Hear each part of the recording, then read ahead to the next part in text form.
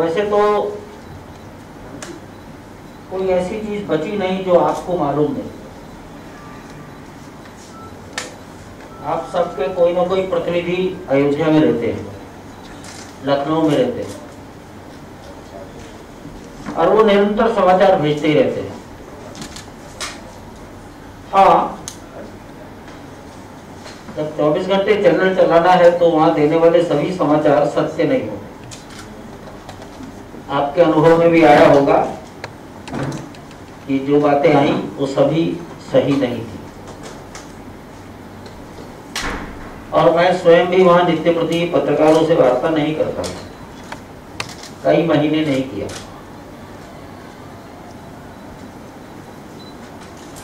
मेरी दृष्टि थी 5 अगस्त का कार्यक्रम, और इसका चिंतन जून के महीने से शुरू कर दिया था।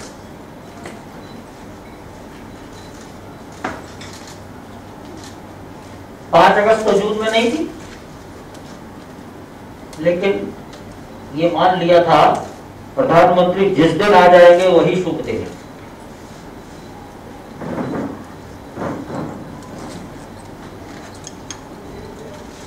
भगवान राम के काम में जब जो दिन वही शुभ दिन है जिस दिन वो काम पूरा हो जाए।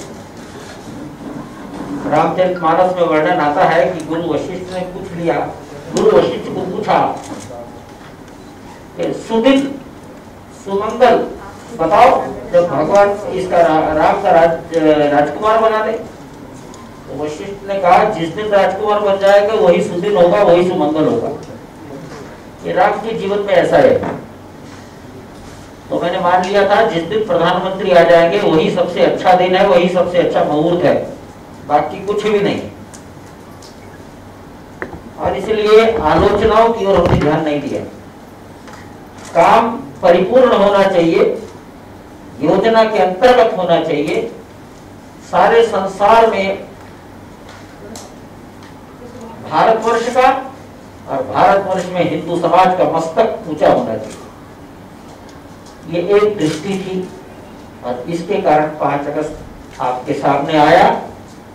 दुनिया का वातावरण कैसा बना, देश का वातावरण कैसा बना, ये बताने की कोई जरूरत ही नहीं है, मेरे से ज्यादा आप जानते हैं। हमने सुदिन और सुमंगल इसका विचार ही नहीं किया, कुछ लोगों ने किया और उसका पालन कर लिया। हमने आलोचनाओं को ध्यान नहीं दिया। दूसरा विषय ये आया, इन्हें नहीं बुलाया, इन्हें नहीं बुलाया, इन्हें नहीं बुलाया, उसको नहीं बुलाया, आडवाणी जी को बुलाया कि नहीं बुलाया। तो मैंने उत्तर दिया आडवाणी जी के बारे में आप इतने चिंतित क्यों, हमसे ज्यादा चिंता कैसे हो गई आपको। आडवाणी और जोशी और कल्याण सिंह के बारे में हमारे से ज्यादा संबंध है क्या आपके? वो हमारे घर के पितामह हैं। उन्होंने अपनी तरुणाई में इस आंदोलन को आकाश में पहुंचाया। उनके स्वास्थ्य और शरीर के लिए क्या हितकारी है ये हम ज्यादा अच्छा जानते हैं।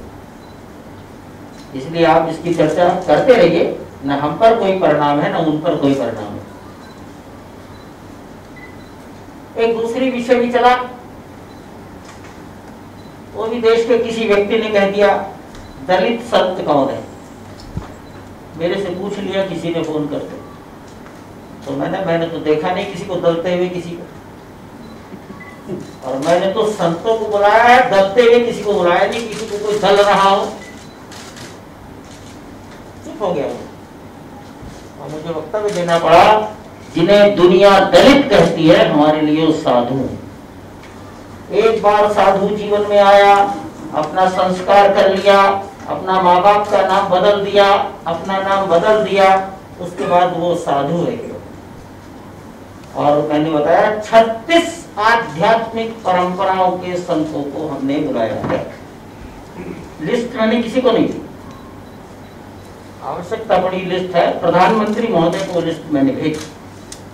36 प्रकार की आध्यात्मिक परंपराओं के साधु निमंत्रित किए गए।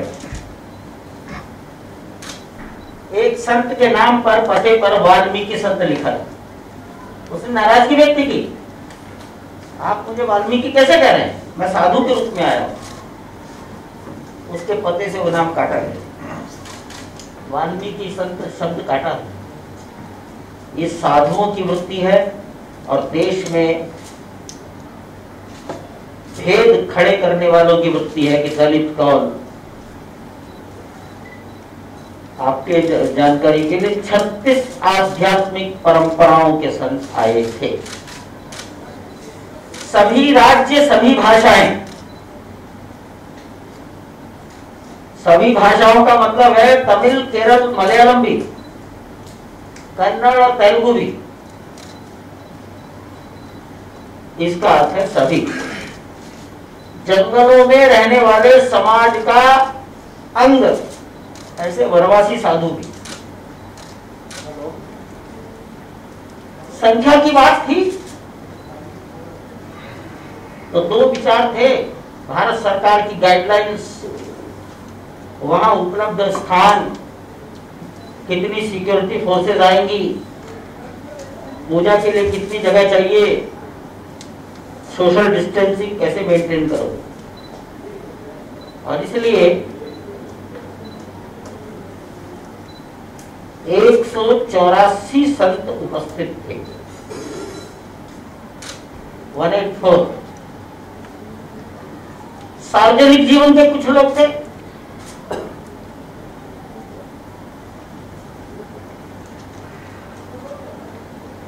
राजनीति से जुड़ा हुआ अगर आप किसी को मानते हैं तो प्रधानमंत्री थे और उमा भारती। इसके अलावा राज्य सत्ता से जुड़े हुए लोग नहीं थे। कल्याण सिंह नहीं। मैंने ही उनको कहा आप 85 साल से अधिक उम्र है, इस भीड़ भाड़ में आएंगे कार से चलकर, थोड़ी भी असावधानता हो गई तो पाप चढ़ेगा हमको। तो उन्होंने मेरी बात स्वीकार कर ली कि हम भीड़ में नहीं आए। विनय कटियार अयोध्या में थे, उनको आना था लेकिन कष्ट हो गया, उनकी कमर में बहुत दर्द रहता है। एक बड़ी भारी आपत्ति वहां उठाई गई थी। वहां तो आपत्तियां तो बहुत उठी। मुसलमान को बुला रहे, हमने 3 लोग बुलाए। हैदराबाद में एक मुस्लिम है मोहम्मद शरीफ, कभी उसके बेटे का अकाल मृत्यु हो गई और उसकी लाश को लावारिस मानकर खत्म कर दिया गया। उस आदमी ने संकल्प ले लिया अब फैजाबाद जिले के अंदर कोई लावारिस लाश नहीं रहेगी, और ऐसी शव का अंतिम संस्कार करता था। धीरे धीरे उसने विकसित कर लिया था ये किस परंपरा का है। 10,000 शवों का अंतिम संस्कार उसने किया। नरेंद्र भाई मोदी जी की सरकार ने उसको पद्मश्री अवार्ड किया। फैजाबाद का हर नागरिक उसे जानता है, हिंदू मुसलमान। किसी की दुकान पर कोई जाकर खड़ा हो जाए तो उसको बिना पैसे के साधन सब यात्रा का सामान देते हैं। हमने ऐसे व्यक्ति में अपना गौरव देखा, इसलिए बुलाया। इकबाल अंसारी को बुलाया। उसके पिताजी मुकदमे में वादी थे।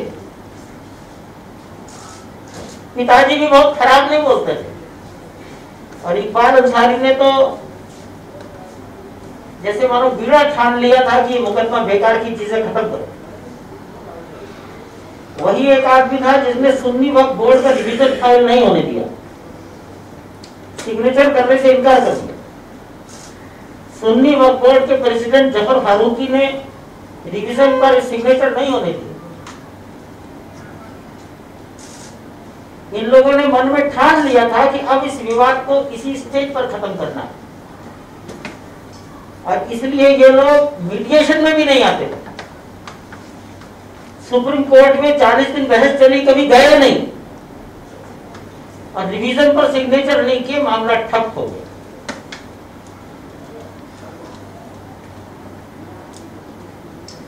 आप अयोध्या के अंदर इकबाल अंसारी के 6 महीने के स्टेटमेंट पढ़िए, आपको समझ में आएगा उसकी क्या दृष्टि रही। फिर बोला है मुस्लिम को जो जमीन मिली है वो बाबर के नाम से कुछ नहीं बनना चाहिए, नहीं तो फिर झगड़े से, ये उसने बोला है। हमने उसकी इस भावना को देखा। एक विवाद और चला था बौद्ध, और वो चलाया था कौन है सांसद,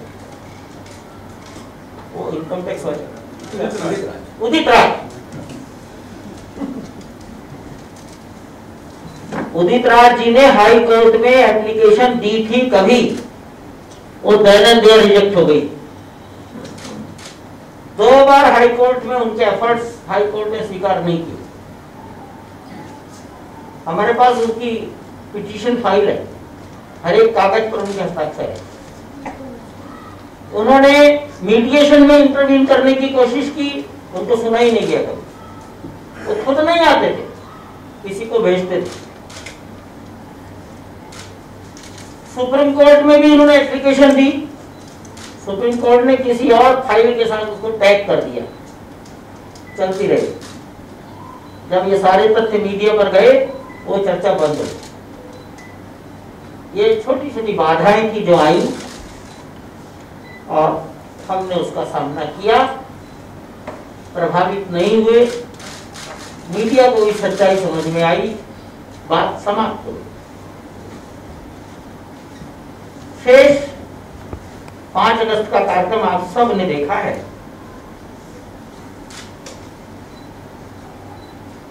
कोई भागदौड़, कोई किसी को समझाने की कोशिश कर रहा है, सब स्मूथ था, इसलिए उसके ऊपर कुछ कहना नहीं। अयोध्या के 3 कमेंट हैं।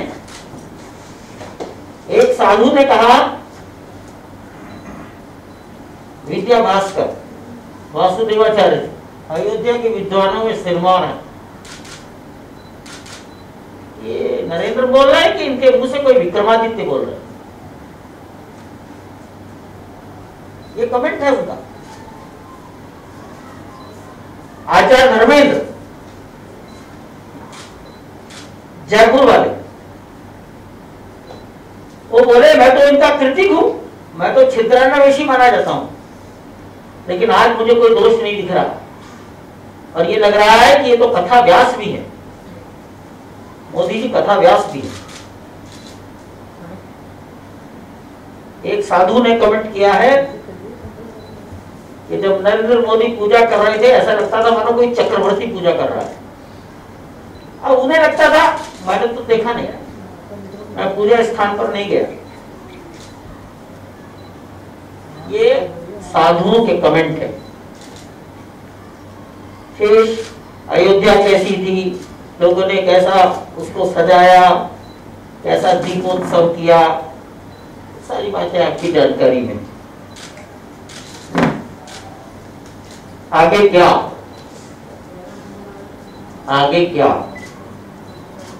बंधुओं, 1000 साल का विचार करके मंदिर निर्माण करवा रहे हैं। इस मंदिर की आयु 1000 साल होनी ही चाहिए। इसका आधार क्या है? तो इसका आधार है पत्थरों की आयु। हवा, धूप और पानी से पत्थरों का क्षरण, डिके कितने दिन में होगा? उसके आधार पर आयु, और उतनी आयु पत्थर की जमीन के ऊपर है तो उससे अधिक आयु की उसकी नींव।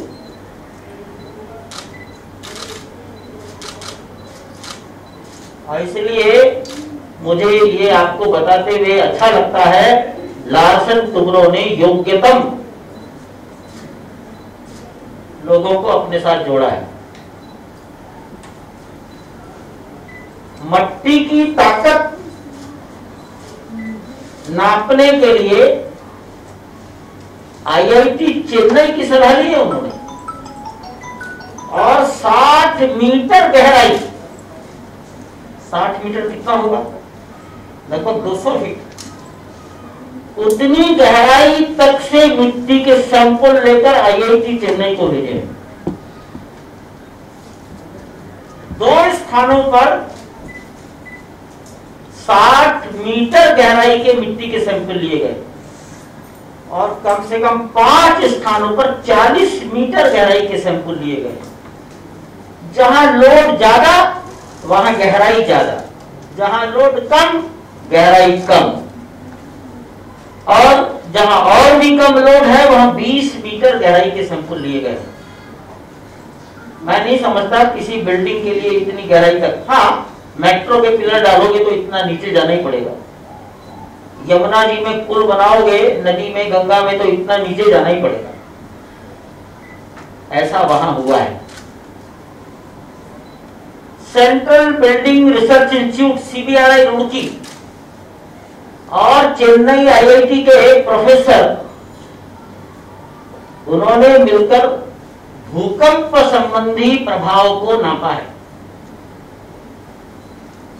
भूकंप आएगा तो यहां की जमीन की मिट्टी उन तरंगों को कितनी मात्रा में एब्जॉर्ब कर लेगी, अंततः नींव पर उसका क्या परिणाम होगा।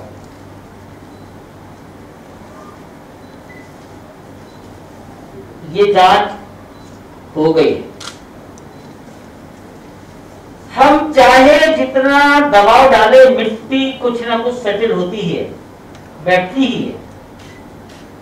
60 मीटर नीचे की मिट्टी 500 साल में कुछ बैठ सकती है। ये सेटलमेंट, ये सेटलिंग, सॉइल सेटलिंग मैक्सिमम कितना होना चाहिए? 1 सेंटीमीटर से ज्यादा नहीं होना चाहिए। 1 सेंटीमीटर से ज्यादा अगर सॉइल का सेटलिंग हो गया 200 फीट गहराई पर, तो इम्बैलेंस हो जाएगा। इस तरफ ध्यान दिया जा रहा है। मंदिर पत्थरों का है तो नेचुरली इसमें लोहे का प्रयोग नहीं है, 1 ग्राम भी लोहा नहीं। जमीन के अंदर नींव में लोहा नहीं है। प्लेन कंक्रीटिंग PCC,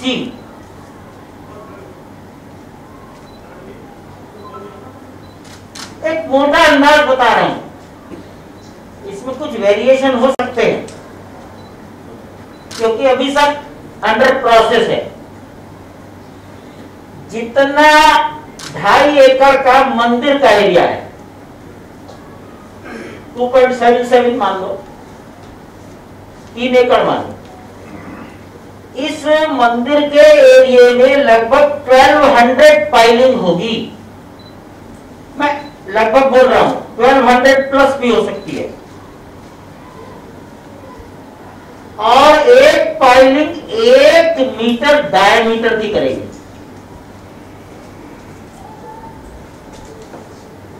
कम से कम 30 मीटर और इससे अधिक भी जा सकते हैं। मिनिमम 30 मीटर, इससे अधिक का मतलब है 35 से 40 भी जा सकते हैं। 60 मीटर गहराई तक की तो सॉइल टेस्टिंग ही की है उन्होंने। तो 1 मीटर डायमीटर का लगभग 30 मीटर से 35 मीटर गहराई तक का गड्ढा, और उसमें प्लेन कंक्रीटिंग PCC, RCC नहीं, 1200 प्लेसेस पर होगी। ये जो जमीन के नीचे से खंभे ऊपर आएंगे, इसके ऊपर फिर प्लेन कंक्रीटिंग का एक प्लेटफॉर्म बनाया जाए। कहीं किसी कोने में 50, 100, 200, 500 साल के बाद 1-8 सेंटीमीटर मट्टी बैठ भी गई तो टोटल चट्टान पर कोई असर नहीं पड़ेगा। तो 1200 खंभों के ऊपर जो चट्टान बनेगी वो कितनी मोटी बनेगी? कम से कम 2 फीट मोटी तो बने। लेकिन अभी ड्राइंग बन रही है, सेंट्रल बिल्डिंग रिसर्च इंस्टीट्यूट और IIT चेन्नई के प्रोफेसर उसको सब स्टडी कर रहे हैं। तो मैं इतना ही कहूंगा, देश के योग्यतम लोगों के हाथ में लार्सन टुब्रो ने काम दिया है। लार्सन टुब्रो के पास सब प्रकार का एक्सपर्टाइज है, सब प्रकार के लोगों को वो जानते हैं। ये मैंने कुछ भविष्य की बात बताई है।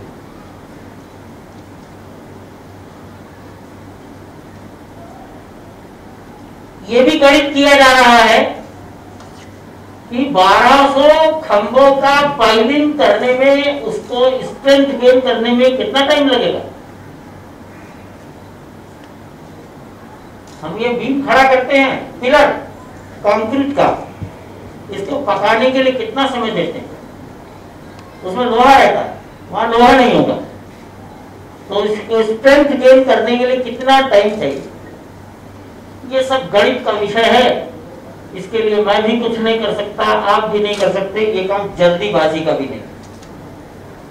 अब जितने काम हैं वो सब एक्सपर्ट्स के हाथ में है। नक्काशी भी आदमी करेगा, जल्दीबाजी नहीं हो सकती। हम बहुत ही सोच विचार कर एक एक कदम आगे बढ़ रहे हैं। मंदिर कितने दिन में बनेगा तो आज कुछ भी नहीं कह सकते, तो भी कम से कम 3 वर्ष 36 महीने, 36 के 40 हो सकते हैं, 36 के 35 करना, ये कम से कम मैं तो नहीं बोल सकता। और अगर कोई और बोलता भी है तो माना जाएगा कि वो जरा जल्दीबाजी कर रहा है, उसको इसकी जानकारी कम है। तो मैं इसे 36 महीने मानता हूं। प्रधानमंत्री महोदय भी इसको 3 वर्ष ही मानते हैं, 3 वर्ष से कम बिल्कुल नहीं मानते। मैं इसको 36 से 40 महीने बोलता हूं। व्यवहार ये कहता है भले ही कम में बने, समय पूरा लो। बनेगा 4 साल में, वाहवाही पाने के लिए बोलते हैं 3 साल, ये अपयशकारी हो ही नहीं सकता, व्यवहार ही नहीं कहता है। इसलिए 36 महीने से 40 महीने का समय जरूर लगेगा, उतना धैर्य रखना ही पड़ेगा। आजकल एक नई पद्धति आप देखते हो कि दिल्ली में कोई बिल्डिंग बनती है तो चारों तरफ 3 की दीवारों से खड़ा कर उसे ढक देते हैं, व्यू कटर। हमारी कोशिश है, हम ऐसे स्पॉट सिलेक्शन कर रहे हैं जहां से देश की जनता अगर अयोध्या आती है तो खड़े होकर मंदिर बनता हुआ देख सकेंगे, मशीनें कैसे काम कर रही हैं वो देख सकेंगे। नजर लग जाएगी इसलिए शायद व्यू कटर लगाते होंगे। भगवान के काम को जिसकी नजर लगेगी देखी जाएगी, नजर ठाकुर को लगेगी कि नजर लगाने वाले को लगेगी, ये भविष्य बताएगा। लेकिन जनता देख सकेगी। हमारा दिमाग उधर चल रहा है। जमीन में से जो पत्थर निकले हैं नक्काशीदार, माननीय प्रधानमंत्री जी की भाषा में ये हिंदुस्तान का खजाना है।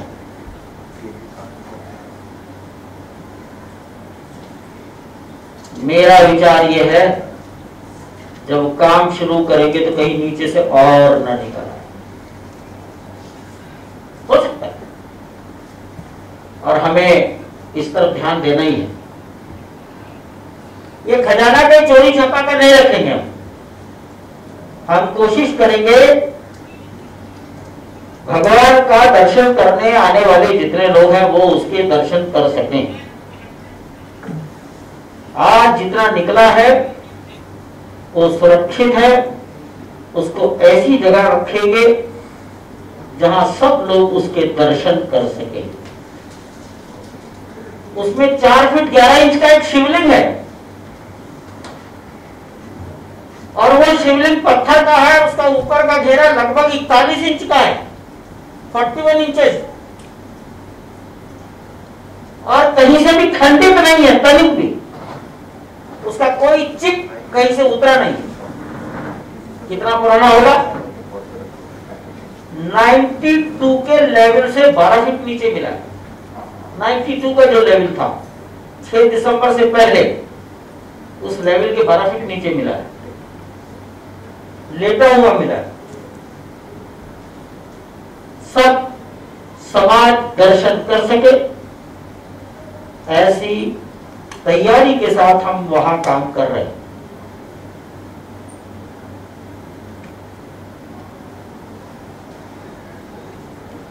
मंदिर बनेगा, मंदिर के चारों ओर एक परिक्रमा बनेगी, परिक्रमा के चारों ओर एक परकोटा बनता है।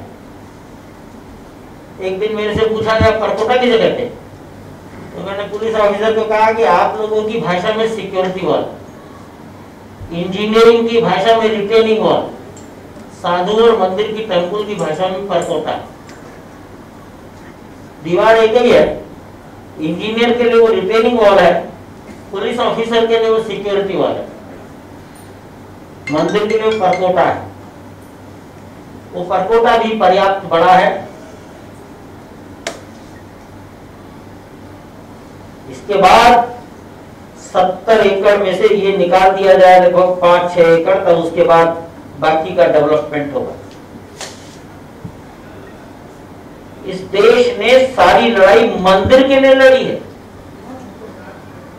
करोड़ों लोगों के अंदर जो भूख जगी है वो मंदिर की जगी है। 65 एकड़ भूमि के डेवलपमेंट की नहीं जगी है। वहां कोई म्यूजियम बनाएंगे, कोई उसकी भूख नहीं, भूख है मंदिर की। इसलिए टॉप प्रायोरिटी मंदिर है। अब ये समझदारी का विषय है। अगर हम कर पाए, समाज का सहयोग मिला, तो मंदिर और बाकी की चीजों को किस मात्रा में हम साथ साथ चला सकते हैं, ये देखेंगे 1-1.5 साल बाद। ऐसा उस कैंपस का हमारा विचार है। अच्छी बात यह है कि सरकार ने भी 2 साल पहले से उस तरफ ध्यान देना शुरू किया। रेलवे ट्रैक, रेलवे प्लेटफॉर्म बढ़ाए जा रहे हैं।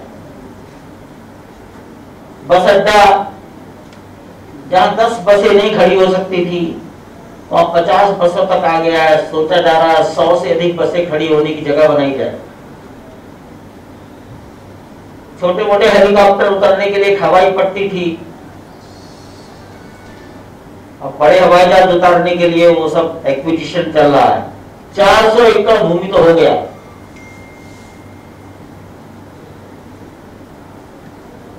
अब अगर ये रेल, सड़कें, बसेस, हवाई जहाज की सुविधाएं सरकार सोच रही है, तो उनके दिमाग में कोई ना कोई भविष्य का विचार है कि हम कितने करोड़ लोग आया करेंगे। क्योंकि एस्टिमेशन ऐसा है कि आज भी लॉकडाउन के पहले 1 साल में 2 करोड़ लोग आने का सरकारी आंकड़ा है। 10-5% प्लस माइनस होगा, आंकड़े तो आंकड़े रहते हैं भीड़ के। लेकिन मंदिर बनने के बाद या लॉकडाउन जब पूरी तरह से समाज में से निकल जाएगा, निश्चिंतता हो जाएगी वायरस से, तब क्या होगा? इसलिए सरकार भी उस तरफ ध्यान दे रही है। ये अच्छी बात है। बाकी तो सरकार की योजनाओं में हम बहुत ज्यादा जाते भी नहीं, अध्ययन भी नहीं करते, थोड़ा बहुत सुनते रहते, देखते रहते। पिछले 2 साल में उत्तर प्रदेश सरकार ने अयोध्या में जितना कुछ कर दिया है, मेरा भी संबंध अयोध्या से 1991 से है, अब तक तो किसी ने किया नहीं। आगे अच्छा होता रहे, यही भगवान से प्रार्थना है। अब आपके मन में कोई बात हो, मैं उस बात का उत्तर देना एक अलग बात है, समाधान एक अलग बात है। मेरी जानकारी होगी तो मैं बताऊंगा। सर, अयोध्या में विश्व स्थित बॉलीवुड कलाकारों को यह मंदिर किया जा रहा है, क्या उसकी कार्य योजना बन रही है? मुझे नहीं मालूम किसमें, किसके यहाँ बन रही है, कौन बना रहा है, कौन बुला रहा है, मुझे पता है। सर, अभी आपने थोड़ा सा जानकारी दी कि वहाँ जो कुछ खुदाई में मिला है, शिवलिंग मिला है, और थोड़ा सा और डिटेल दे सकेंगे और क्या क्या मिला है और क्या खजाना? एक तो बता दूं, खुदाई नाम की चीज गलत है। जी जी। खुदाई कहते हैं एक्सकवेशन, वो एक साइंटिफिक है। हमारे यहाँ तो आप में से कितने लोग अयोध्या गए, तो सड़क के लेवल से 1992 6 दिसंबर के पहले का जो लेवल है वो लगभग 12 से 15 फीट ऊंचा था। उसके ऊपर 20 फीट ऊंचा मलबा था। हमने उस मलबे को हटाया। खुदाई क्या है? हमने केवल मलबा हटाया, जहां गड्ढे गहरे थे वहां डाल दिया और सड़क के लेवल पर लाने की कोशिश की। जब सड़क का लेवल मिल गया, लगभग, आज भी नहीं मिला है, सड़क के लेवल से 2-3 फीट ऊंचा है आज भी, लेकिन जब देख लिया कि अब अच्छा बढ़िया फुटबॉल का मैदान जैसा आ गया है, तब सॉइल टेस्टिंग हुई 60 मीटर नीचे। हमने खुदाई नहीं की, हमने किया है लेवलिंग, कटिंग, फिलिंग, इधर से काटो उधर डालो, उसमें से मिला है। तो क्या क्या मिला, मैंने एक शिवलिंग बता दिया। कसौटी के पत्थर के काले रंग के 7 खंबे मिले। ये ऊपर की डेबरिश है, पुराने ढांचे में थे, वहीं दबे रह गए। ये ऊपर का है डेबरिश। कोई चौखट रही होगी बहुत सुंदर काले रंग के पत्थर की, उसकी चौखट का ऊपरी हिस्सा मिला है, बहुत सुंदर नक्काशी है, वो नीचे लेवल पर आई है। 1992 के लेवल के 12 फीट नीचे का लेवल है। किसी मंदिर में देखिए शिखर के नीचे कमल के फूल का एक घेरा बना रहता है, उसे आमलक कहते हैं।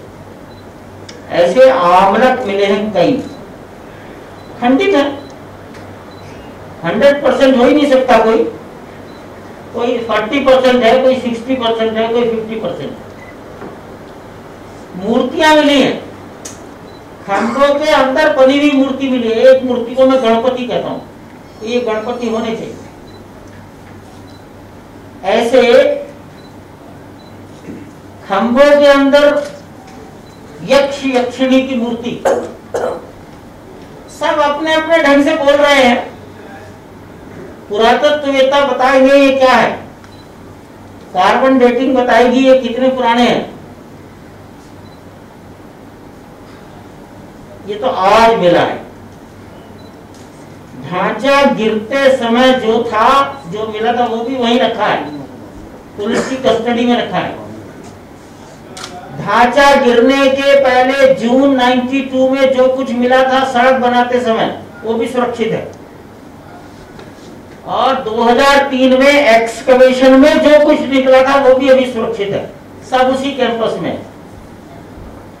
जब सब खोलेंगे तब पता लगेगा इतने सामान को रखने के लिए म्यूजियम कितने एकड़ का चाहिए। कहीं उसी के लिए तो 50 एकड़ नहीं चाहिए।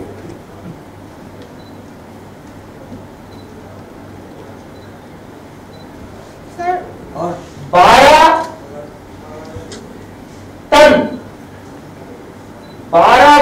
टन पत्थरों के पीसेस मिले हैं जो निकले। जब उसको क्रेन से उठाने की चेष्टा की गई तो पता लगा चेन का, क्रेन का जो सूंड है वो टूट जाएगा। तो जिसकी सूंड का सबसे पहला हिस्सा ही 12 से 15 टन उठा सकता है, ऐसी क्रेन मंगाई गई। इतने वजन के निकले। सर मूर्तियों के बारे में अगर कुछ बोलना चाहेंगे, कैसे मूर्तियां बनेंगे अंदर? राम जी सीता माता का मूर्तियां कैसे बनेंगे मंदिर की? ये तो बड़ी बात की बात है। फिर भी सर प्लानिंग तो है आपका? मेरी कोई प्लानिंग, दिमाग में चलती रहती है बातें, बहुत लोग सुझाव दे रहे हैं, मैं उतना, मेरी जितनी दृष्टि है मैं वहीं तक सीमित रहता हूँ। जब कोई विषय आएगा कोई ना कोई बात आएगी। अभी इट इज बहुत प्रीमैच्योर टॉक है। सर जो राम भक्त काज सेवा करना चाहते हैं, महामारी कुछ घट जाए उसके बाद, उनके लिए कुछ योजना है? हाँ, बड़ी गंभीर बात है। मेरे मन में चल रहा है। धन संग्रह तो है ही, तो धन संग्रह के लिए तो अपने घर में बैठ के कर दो। लेकिन एक बात चल रही,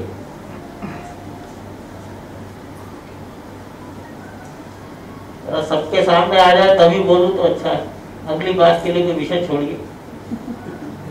मन में आ रही है तो कह दीजिए सर।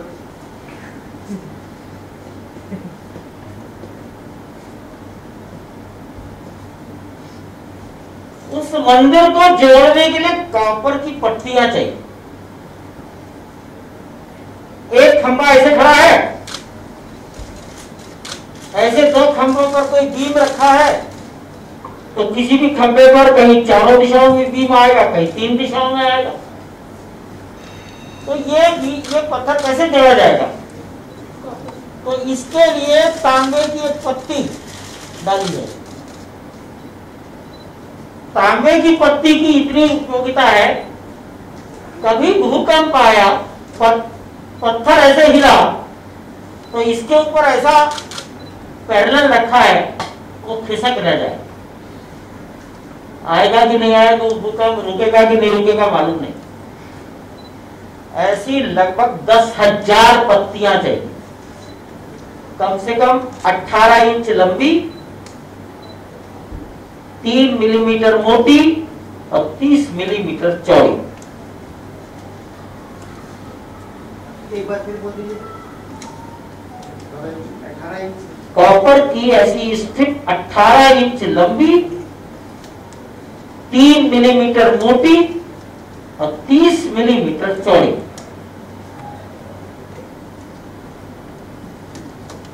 अब ऐसी मैं 10,000 कैलकुलेट कर रहा हूं, पता नहीं 11,000 लगेगी कि 9,000 लगेगी।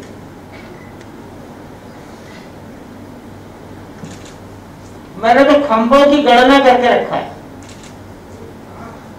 और हम कहेंगे ऐसी पट्टियां समाज भेजे और उस पर अपने मंदिर का, मोहल्ले का, गांव का नाम कार्विंग करके भेजे।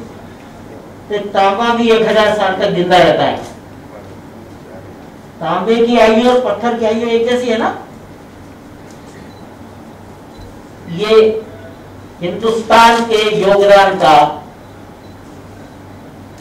एक सीधा सीधा प्रमाण होगा।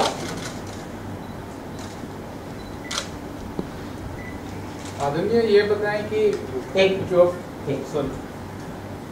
खंबे एक के ऊपर एक पत्थर रखे जाएंगे, तो उसमें रॉड पड़ेंगी, 2-2 इंच की रॉड। इन रॉड की गणना भी करने की कोशिश की गई है, लगभग 9 से 9,500, उनको भी 10,000 मान लीजिए। आप देख रहे हैं कि वो रॉड कितनी डाया की हो, लेकिन 2 इंच की रॉड, नीचे के पत्थर के ऊपर ऊपर का पत्थर रखा, 1 इंच ऊपर 1 इंच नीचे, और एक पत्थर में उस पत्थर को 4 जगह लॉक कर देंगे, जैसे दरवाजे को करते हैं। ऐसी रॉड भी लगभग 10,000 रॉड 2-2 इंच की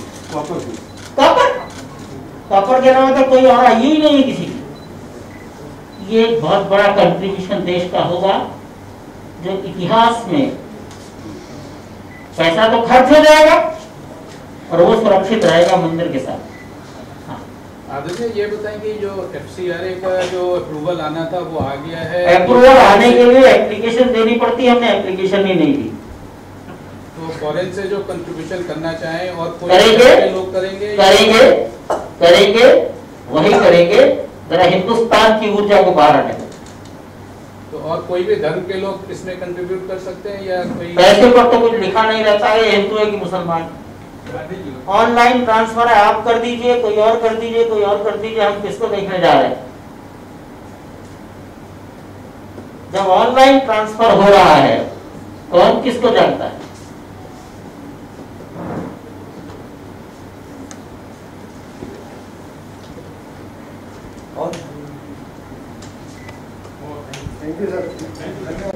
बहुत बहुत आपका आभार, बहुत बहुत धन्यवाद।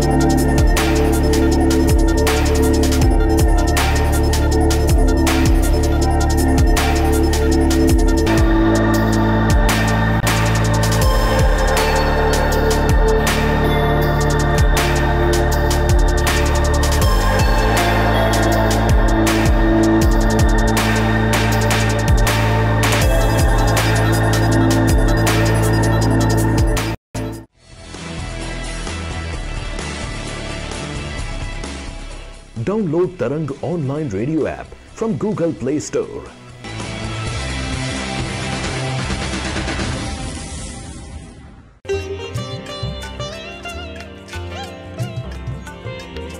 You are listening to Tarang Devotional Online Radio.